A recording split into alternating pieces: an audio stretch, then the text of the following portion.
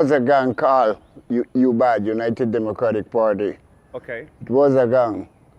And then, so then you said they went to the United States. Yeah, George Price sent some of them away.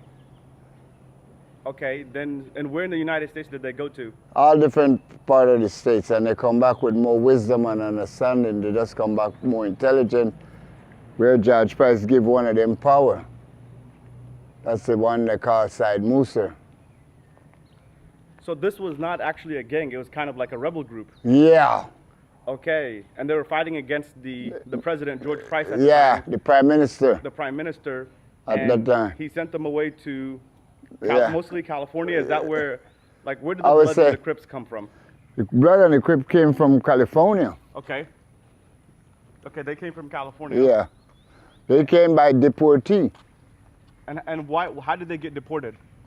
Well, they committed their crimes over there, and the U.S. government sent us back. Okay. And when did you first?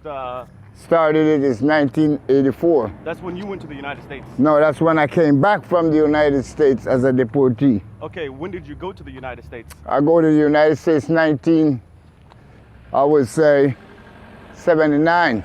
79. Okay. And Yeah. then what happened after that? So you I was living in the U.S., Okay. And where in the U.S. were you living? L.A. L.A. Okay. And how was life like then? How was life back in that time? And did you fit right in? Yeah, it was easy. Okay.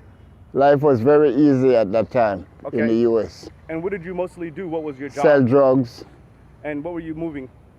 weed. Okay. Any coke? No.